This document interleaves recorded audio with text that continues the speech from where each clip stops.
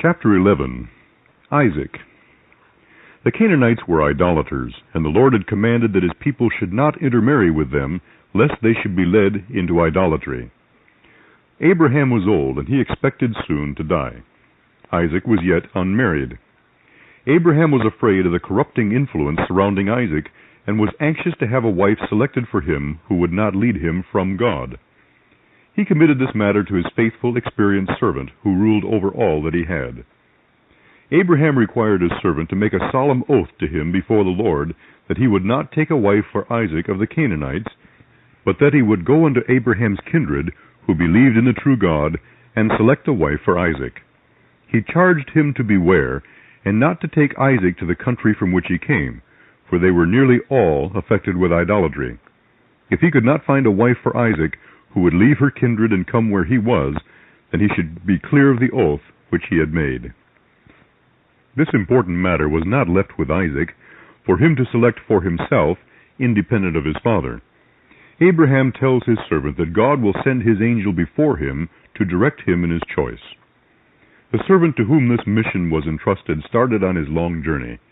As he entered the city where Abraham's kindred dwelt, he prayed earnestly to God to direct him in his choice of a wife for Isaac. He asked that certain evidence might be given him, that he should not err in the matter.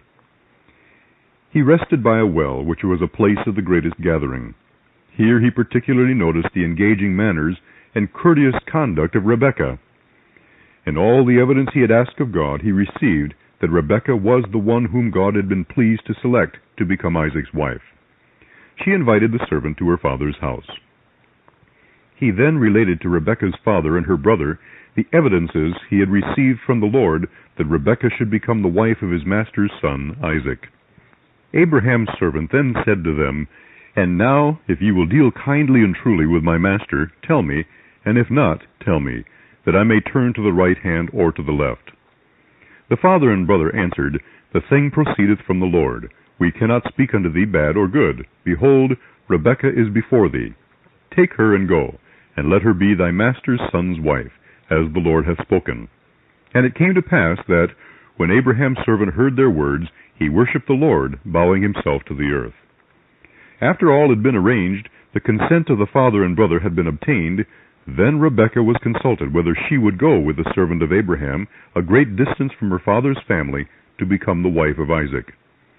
She believed from the circumstances that had taken place that God's hand had selected her to be Isaac's wife, and she said, "I will go."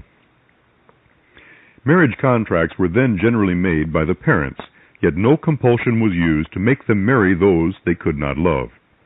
But the children had confidence in the judgment of their parents, and followed their counsel, and bestowed their affections upon those whom their God-fearing, experienced parents chose for them. It was considered a crime to follow a course contrary to this.